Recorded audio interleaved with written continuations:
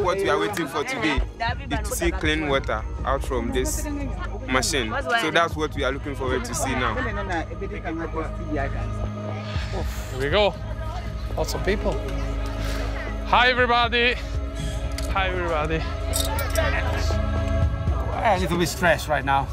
A little bit stressed. A few minutes from the truth. So let's see. This is a very important moment because today we are gonna have clean, drinkable water. And right here in Sufi, and a good machine. Suddenly, I had all the community around the machine waiting for it. Imagine it failed. Try to explain these people why. Let's see. Okay. I am extremely nervous.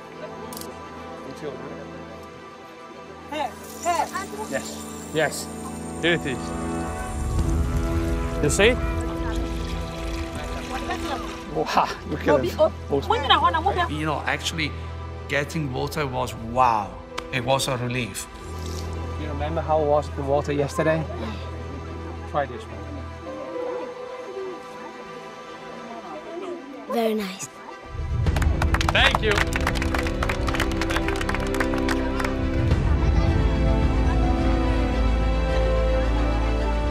We did it. The first step.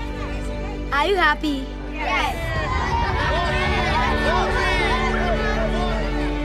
The smile of Selena or the other kids is gonna be with me for the rest of my life. They will never, never, never fade away. Never, never. Amazing experience. I'm super happy for how it went. We know we are gonna change the world. I don't give up, and I will not give up.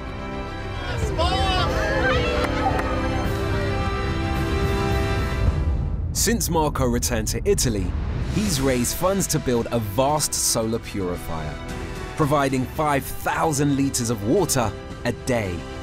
He'll be ready to return to Africa very soon. The point is that the energy that we need to run these machines is there. It's right up above you.